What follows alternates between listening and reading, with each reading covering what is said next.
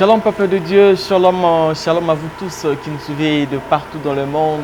Merci de votre fidélité à votre chaîne YouTube Chama 2024 TV. Aujourd'hui, nous venons encore dans ce deuxième numéro de votre émission à Bible ouverte et nous allons parler du baptême. La Bible dit, c'est lui qui croira et qui sera baptisé sera sauvé.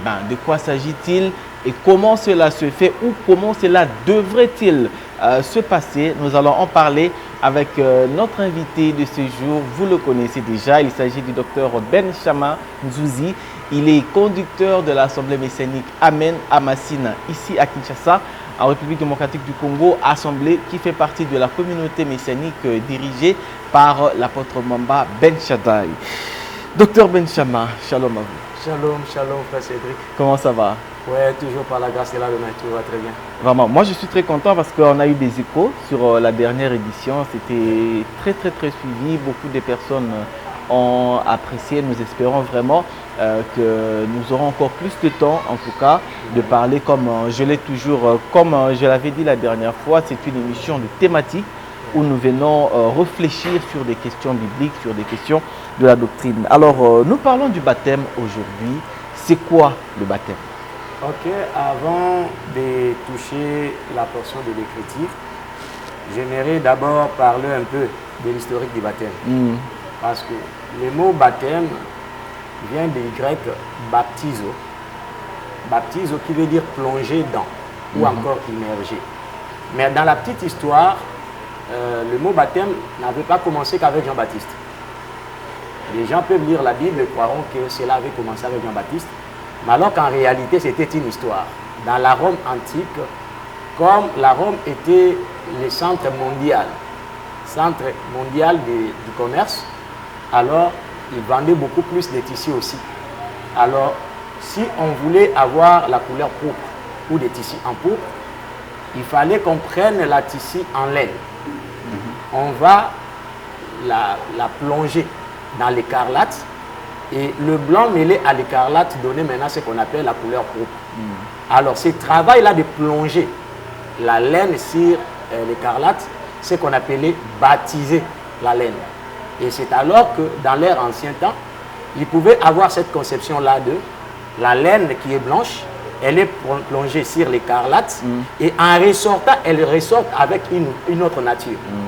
Alors, c'est alors que quand Jean-Baptiste aussi est venu, il n'a emprunté que ce même mot-là. C'est-à-dire qu'il va baptiser.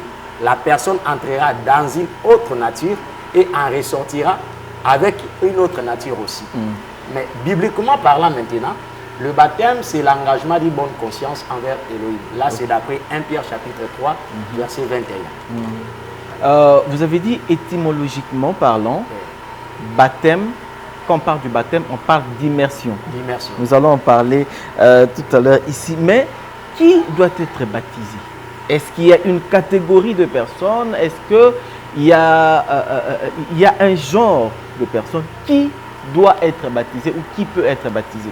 La condition sine qua non pour être baptisé, il faut croire à la parole. Yehoshua a dit, vous-même vous venez déjà de le dire dans votre introduction, c'est lui qui croira et qui se fera baptiser. Donc avant de se faire baptiser, on doit d'abord croire. C'est-à-dire la porte de tout, c'est il faut croire à la parole. Dès qu'on croit à la parole et on se répand sincèrement, c'est alors que la personne peut elle-même demander le baptême. Nous le voyons dans Actes chapitre 2, versets 37 à 38. La Bible dit, quand Pierre a annoncé la parole, ils eurent le cœur vivement touché. Et ils se demandent maintenant, qu'est-ce qu'on doit faire, frère, pour être sauvé? C'est alors que Pierre leur dira, croyez au nom de Yehoshua Hamashiach et faites-vous baptiser. C'est alors que ce sont les personnes qui se sont senties touchées et qui ont demandé le baptême. Donc, ce n'est pas le contraire. La seule condition sine qua non, il faut d'abord croire. Donc, c'est la personne elle-même qui doit demander à se faire baptiser. Oui, c'est la personne qui a entendu la parole et qui a cru qui doit demander le baptême. Mais là, ça nous fait penser quand même à l'âge de la personne. Parce que vous savez qu'il y a certaines, on va dire, confessions qui baptisent les enfants, les bébés. Est-ce qu'il s'agit d'un certain âge ou est-ce que, parce que je me demande, prenons un exemple d'un enfant de 5 ans, par exemple, qui demande à être baptisé. Est-ce qu'il aura ce droit-là quand on dit que l'engagement d'une bonne conscience. L'enfant a dit non, moi j'ai envie de me faire baptiser, vous me baptisez. Est-ce qu'il y a un âge pour ça ou comment ça se fait? D'abord, quand vous parlez de l'engagement de la bonne conscience, qu'est-ce que la conscience? La conscience, on a tous appris cela à l'école, que c'est une voix interne qui nous dit que tel acte est bon ou mauvais. Voilà. Est-ce qu'un enfant a la conscience? C'est lui qui doit s'engager à cette bonne conscience, doit être une personne mature déjà, consciente, qui sait qu'est-ce que le mal, qu'est-ce que le bien. Qu'est-ce que le mal que je dois éviter et le bien que je dois emprunter. Mais un enfant, un bébé, tel que sous d'autres religions, on baptise des bébés. Ça, ce sont des formules extra-bibliques. Dans la parole de Dieu, ça n'existe pas. En parlant de ça, de sur quoi la personne doit avoir compris l'évangile et pour atteindre le niveau de l'avoir cru. D'abord se répand. Un enfant ne sait pas ce qu'il le fait. Il n'a pas de conscience. Il n'est même pas conscient des actes qu'il pose. Comment est-ce qu'il peut se repentir? Comment est-ce qu'il peut croire à la parole? Cela n'est pas le modèle de la Bible. Voilà. Justement, à ce propos, qui a le droit de baptiser? Qui a le pouvoir de baptiser quelqu'un? En fait, j'aimerais nous lire une portion de l'Écriture quant à cette question. Nous sommes dans Jean chapitre 3. Jean 3, le verset 23. Et j'aimerais que vous lisiez cela. Ok, je vais donner beaucoup de versets pour le bien-aimé qui vont nous suivre. Et nous n'allons lire qu'une seule portion. Dans Matthieu 28, d'abord 19, ça c'est Yahushua qui donne un ordre. Il dit, allez dans toutes les nations, faites des disciples, le baptisant et consort. Il dit, faites des disciples, le baptisant. Il disait à qui? Il disait à ses disciples. C'est à eux qu'il donne l'ordre. Lorsque nous lisons Jean chapitre 4, verset 2, la Bible précise que Jean entendit que Yahushua fait plus de disciples que lui. Mais toutefois, ce n'était pas Yahushua lui-même qui baptisait, mais ses disciples. Mais vous et moi, nous sommes d'accord aussi que pendant ce moment-là, le Saint-Esprit n'était pas encore venu. C'est qu'aucun disciple n'était encore devenu apôtre. Ce n'était que de simples disciples. Mais c'est à eux qu'on donne l'ordre d'aller faire des disciples. Pour dire que pour baptiser quelqu'un, c'est lui qui apporte l'évangile. C'est tout disciple du Seigneur. Qu'il soit né de nouveau, il est capable de baptiser. Ce n'est pas seulement une prérogative qui revient personnellement qu'au ministre de la parole. Non. Ces ministres qui les font, ce sont ceux qui ont le goût et la soif du pouvoir. Ils veulent tout centraliser sur eux.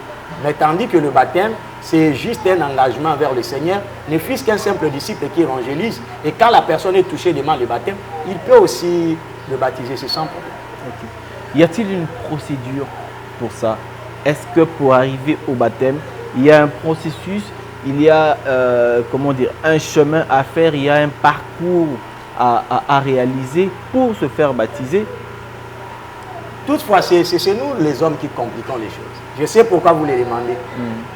Parce que vous avez déjà entendu parler de certaines doctrines qui obligent d'abord des procédures. Voilà. Suivre des affermissements, suivre des catéchismes. Tous ces modèles-là sont anti-bibliques. Parce que je vous poserai la question. C'est pas extra comme l'autre pratique, mais là vous dites que c'est anti-biblique. J'ai dit anti-biblique. Parce que nulle part dans les Écritures, on a dit que pour que quelqu'un reçoive son baptême, il doit d'abord passer par tel chemin. Nulle part. On dit celui qui croira et qui se fera baptiser. Donc vous comprenez que croire et se faire baptiser sont intimement liés. Oui. On n'a pas mis un pont là-bas pour dire qu'il y a un pont que celui qui a crié doit traverser avant d'arriver au baptême. Et je vous montre quelqu'un qui a crié à la parole et le même jour il s'est fait baptiser. Là je parle de l'eunuque éthiopien de Actes chapitre 8. Oui. Ils étaient en route avec Philippe.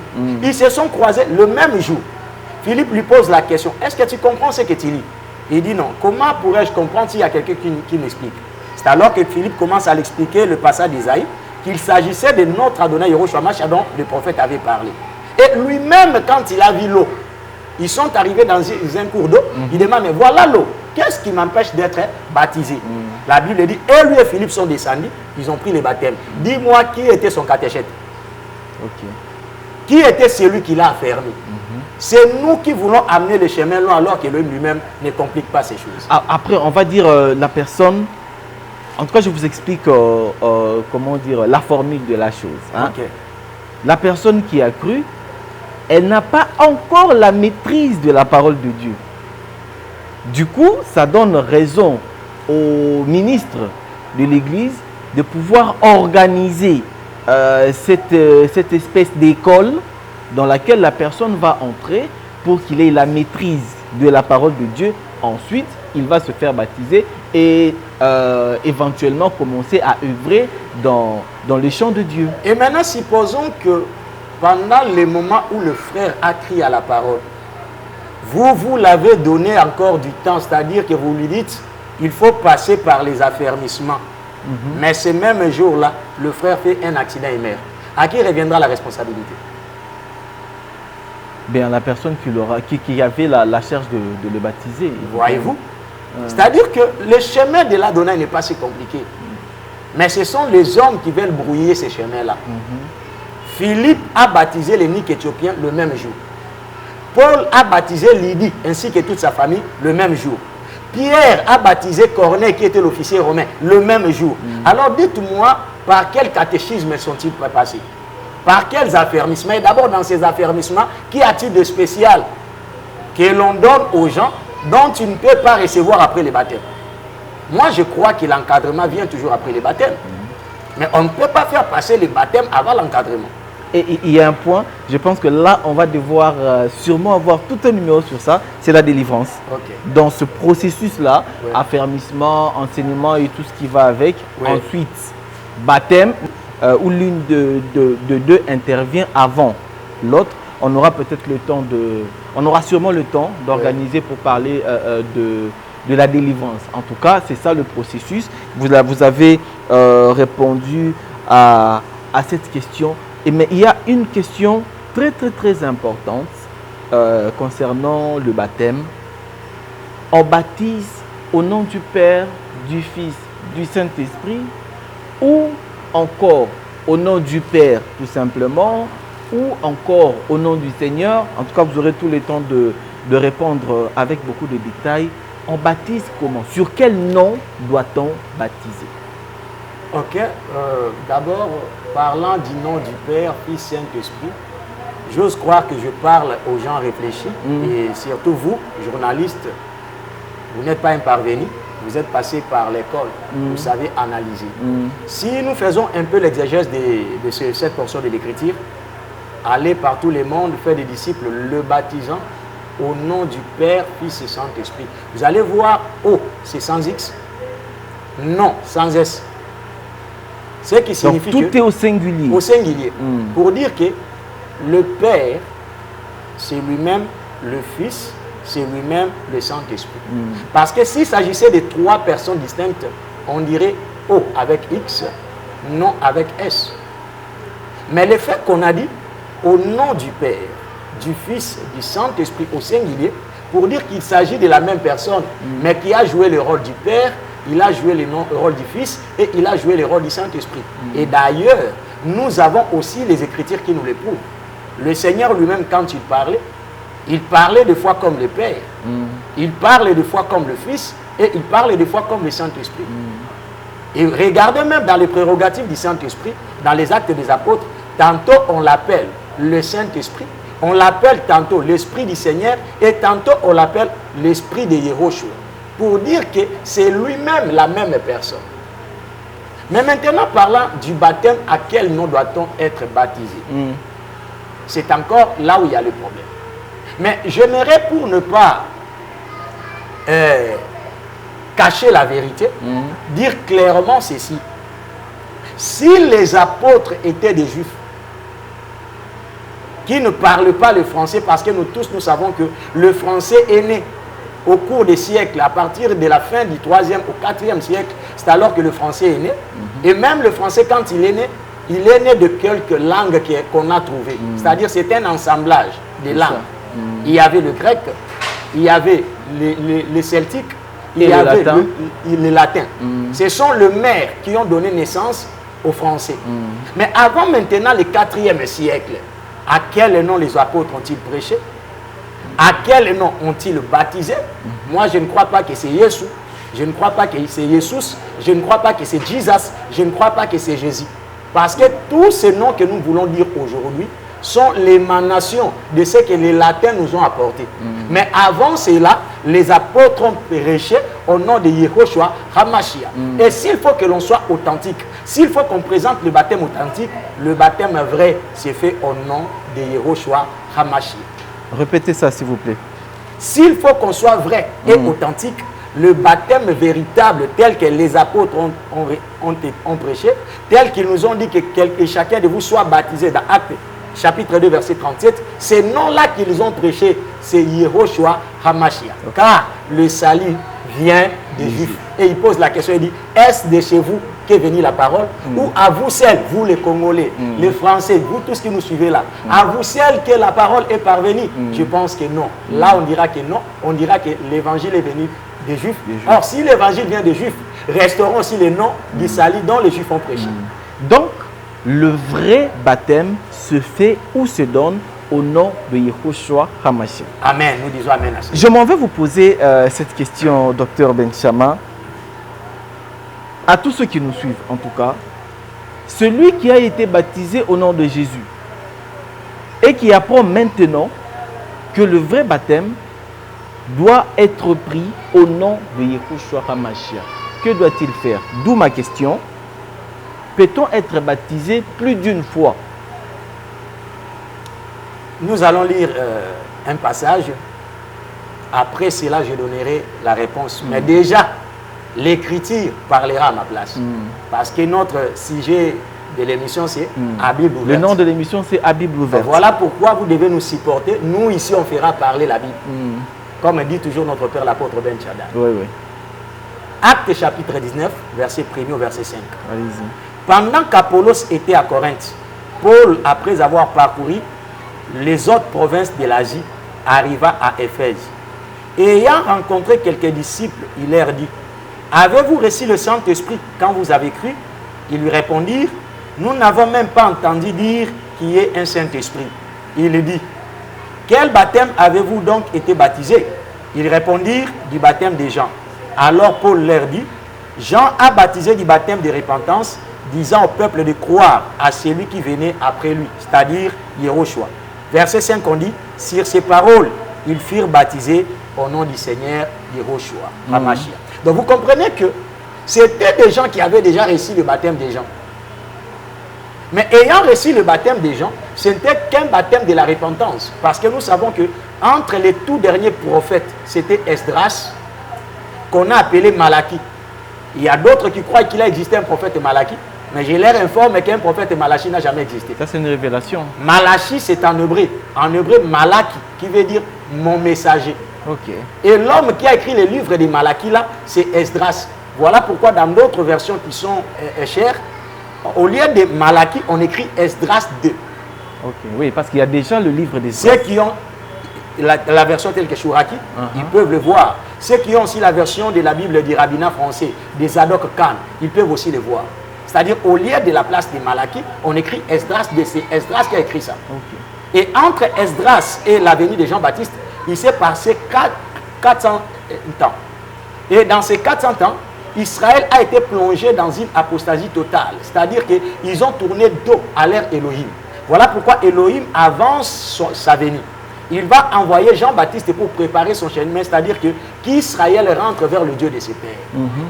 Et voilà pourquoi le baptême des gens n'était que comme quelqu'un qui était sale. Il voulait se laver.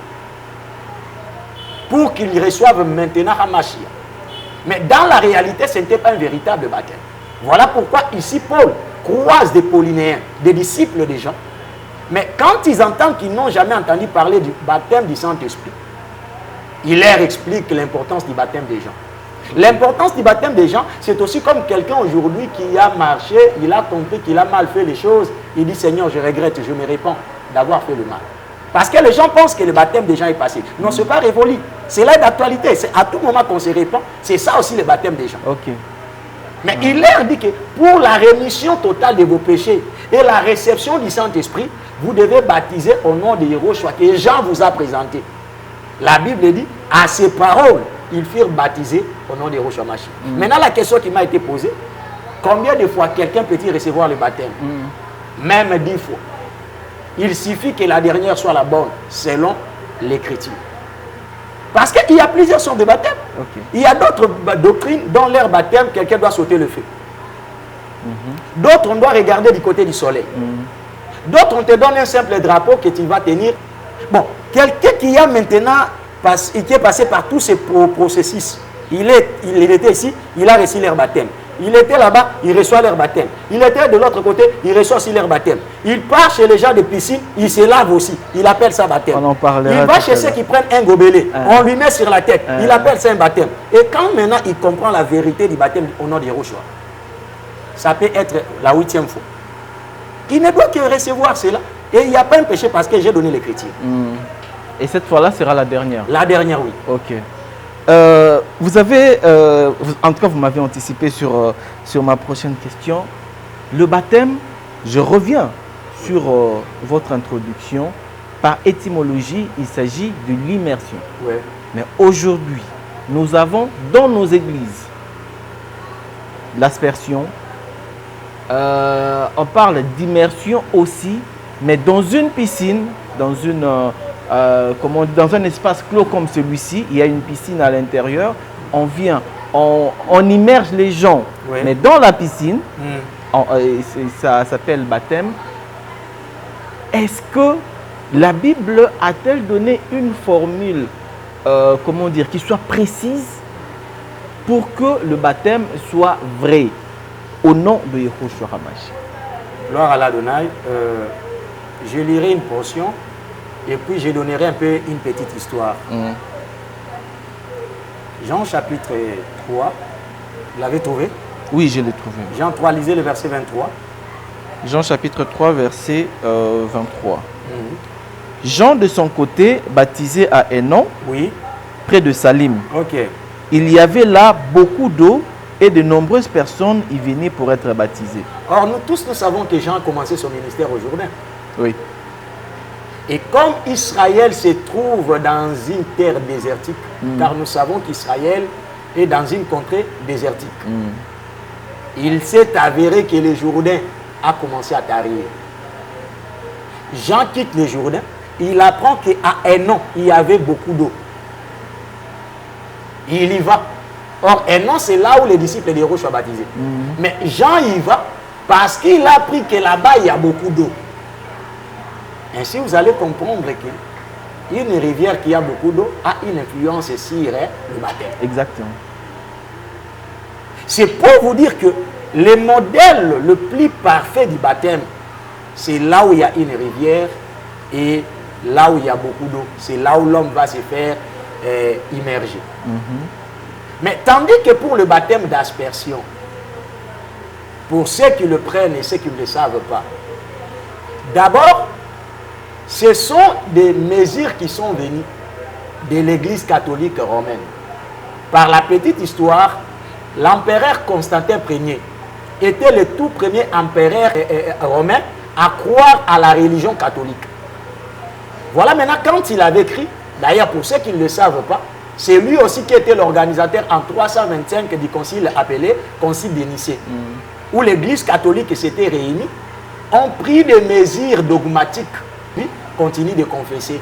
Et leur confession de foi, dont ils continuent de jour aujourd'hui, Nayambi, Nzambe Tata Wabokan Sibonso, ceux qui le savent là, cela a pris le jour lors du concile de Nicée. Mais quand en 337, l'empereur Constantin Ier était sur son lit de mort, prêt à mourir, c'est alors qu'il avait demandé le baptême à un évêque appelé Eusèbe de Nicomédie. Ceux qui sont documentés le savent. Et tout théologien le sait aussi. C'est alors que quand l'évêque est venu, trouva l'empereur sur son lit de mort, on ne pouvait pas transporter l'empereur Constantin jusque dans la rivière. Alors il s'est dit, d'abord par respect pour sa souveraineté, et la deuxième des choses, comme il est dans l'impossibilité de marcher jusqu'à aller dans la rivière, c'est alors qu'il avait pris rien qu'un petit bassin d'eau qu'il a aspergé à la tête de l'empereur et il dit, c'est ça le baptême. Et c'est depuis ce jour-là qu'on a commencé à appeler le baptême par aspersion. Donc avant, il le faisait par immersion. Avant Constantin Ier et Eusèbe de Nicomédie, il n'a pas existé de baptême par aspersion. Il n'a existé que de baptême par immersion parce que le mot baptême lui-même, le verbe là, bateau, veut dire immerger. Mais comment on va asperger? C'est contradictoire. Là, le mot baptême perdrait même son efficience. Mais pour qu'il soit fort dans son vrai sens, c'est par immersion. Il y aura d'autres personnes qui diront, mais si tu te trouves dans un pays où il n'y a pas assez d'eau. Voilà, ça aussi c'est un problème. Mais voilà pourquoi je viens d'évoquer, j'ai dit ici qu'en Israël, l'Israël elle-même se retrouve dans une terre désertique. Mais remarquez un peu la démarche que faisait Jean-Baptiste, quittant le Jourdain vers Hénon. Tout cela à la recherche de l'eau. Philippe marche avec l'eunuque éthiopien. Il faisait chemin. C'est quand ils ont vu la rivière qu'il a demandé qu'est-ce qui m'empêche maintenant d'être baptisé. Quel que soit en Europe, en Asie, en Amérique, même en Alaska, il y a toujours des cours d'eau. Donc on peut quitter un pays pour un autre pour aller se faire baptiser. Le seul véritable baptême, c'est dans une rivière. Parce que dès que l'eau coule, on sous-entend que ta vie ancienne est partie avec. Dans une piscine où l'eau est statique, là vous êtes allés vous laver, frère. Vous tous qui me suivez, si vous êtes arrivé déjà d'être baptisé dans une piscine, en tout cas ne me rendez pas rigueur, ce n'est que la vérité. Là vous vous êtes lavé parce qu'il faisait chaud. Cherchez le véritable baptême. Mais est-ce que, je ne sais pas, on a déjà connu la réalité selon laquelle quelqu'un se fait baptiser au nom de Yehoshua, mais pas par immersion dans l'eau qui coule. On a déjà connu ça. S'il a reçu le baptême au nom de Yehoshua, mais pas dans l'eau qui coule, il faut qu'il aille encore. Il a connu le nom, mais le véritable baptême, non. Alors, on va prendre une autre question. Il s'agit du baptême du Saint-Esprit, parce qu'on parle du baptême dans tous ses sens. Comment se fait le baptême du Saint-Esprit? Ou comment est-ce que... voilà, justement, en tout cas, ma question, elle est vraiment bien posée. Comment se fait le baptême du Saint-Esprit? Le baptême du Saint-Esprit, au fait, émane de la volonté souveraine de l'Adonai lui-même. Pourquoi je l'ai dit? J'ai remarqué quelque chose qui est devenu comme une coutume dans le milieu des rassemblements des enfants de Dieu aujourd'hui, qui croient que la condition sine qua non pour être baptisé du Saint-Esprit, il faut obligatoirement d'abord commencer par le baptême d'eau, et après cela, on vous impose les mains. C'est alors que vous pouvez recevoir le baptême du Saint-Esprit. Et pour d'autres personnes, vous verrez, ils pensent que le parler en langue, c'est ça un signe pour reconnaître quelqu'un baptisé. C'est devenu la base. Carrément. Alors qu'en réalité, ce n'est pas ça. Je donnerai l'exemple de quelqu'un qui était rempli parce que lui-même, c'était la plénitude de l'esprit. C'est Yehoshua Mashiach. Où est-ce qu'il a parlé en langue? Je donne le second exemple de Jean-Baptiste qui a été rempli de l'esprit depuis le sein de sa mère. Qu'on me donne, fils, qu'un seul verset où Jean-Baptiste a parlé en langue. Vous ne serez pas contre ce don. Et de cela, on dira qu'ils n'ont pas été remplis du Saint-Esprit. Non. Répondez à ma question, docteur. Vous ne serez pas contre ce don de parler en langue? Non, je ne suis pas contre parce que je l'exerce aussi. Ok. Mais je veux que ça soit dans l'ordre. Parce qu'il n'y a pas que le parler en langue des anges. C'est là où il y a maintenant un grand désordre. Quelqu'un peut prendre une langue empruntée de partout, parce que ce que nous voyons aujourd'hui, c'est du plagiat. On a entendu un homme de Dieu parler cela dans la radio, la télévision, on mémorise, après on vient dire. Et le parler en langue devient comme un moyen d'intimidation, pour qu'on sache que c'est lui l'a pris réellement. Et vous allez sentir des langues là inintelligibles. Mais tandis que le jour de la venue de l'Esprit à Jérusalem, la Bible dit ce qui a poussé que le païen croit que la puissance était réelle, c'est quand chacun entendait ceux qui parlaient en langue là, parlait aussi dans son idiome maternel. Le Mukongo entend un juif parler le Kikongo. Le Swahili entend un Swahili parler en Kiswahili. Mais de nos jours, quelqu'un te dira toujours, moi je parle en langue, c'est seulement la langue des anges. Mais même Paul a écrit, il dit, quand je parlerai les langues des hommes et des anges. C'est-à-dire, il n'existe pas que les langues des anges, mais il existe aussi les langues des hommes. On veut voir un Moulouba parler à Kinchokwe, par exemple. On veut voir un Français en train de parler le Chiluba. C'est alors qu'on reconnaîtra que cette langue est vraie. Je ne suis pas contre les langues, mais nous voulons que les langues soient aussi vérifiables. Voilà. Revenons à la question, question, parce que je voilà. n'avais pas répondu. Uh-huh. Écoutez, dans Acte 8, Pierre a voulu s'opposer à ce qui s'est passé à Philippe. Remarquez Philippe qui pose la question à Pierre.